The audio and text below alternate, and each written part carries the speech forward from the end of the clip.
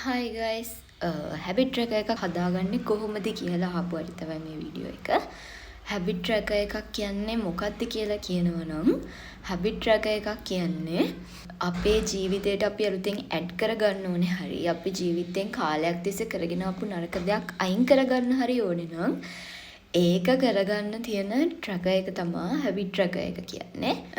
habit tracker එකක මේ දේවල් තමයි තියෙන්න ඕනේ කියලා නැහැ.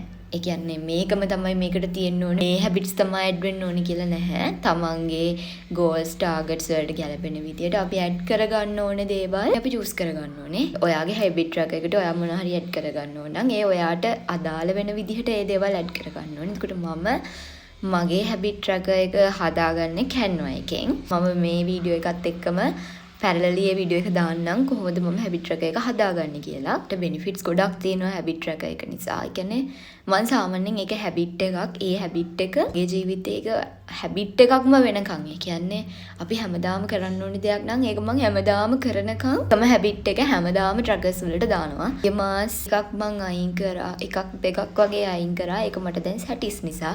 ඒ වගේ මට satis කියලා හිතෙනකම් මම ඒක මගේ habit tracker එකට දානවා. එතකොට මට පුළුවන් මට සැටිස් වුණාට පස්සේ ඒක අයින් කරන්න. සාමාන්‍යයෙන් tracker එකක ඒක habit එකක් තියෙනවා. මාස 4කට වඩාවත් අනිවාර්යෙන් තියෙනවා. හරිය habit තියෙනවා.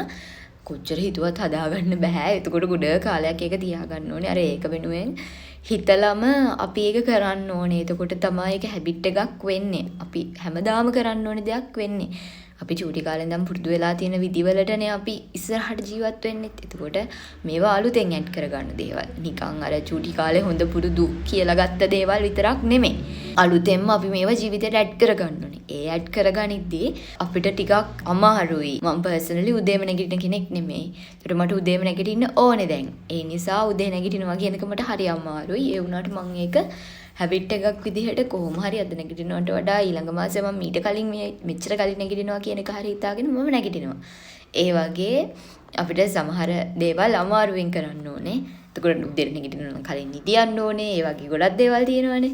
habit tracker එක ගැන මං හිතන්නේ මට ලොකුවට කියන්න දෙයක් නැහැ. මොනවා හරි ප්‍රශ්නයක් තියෙනවා නම් habit trackers ගැන පහලින් කමෙන්ට් එකක් දාගෙන යන්න. එතකොට මට ඒකට උත්තරේ දෙන්න පුළුවන්. habit tracker එක හදාගන්න විදිය මේ වීඩියෝ එකේම යනවානේ. මොනවා හරි ප්‍රශ්නක් තියෙනවා නම් අහන්න. ඉතින් thank you for watching. Good luck all of you.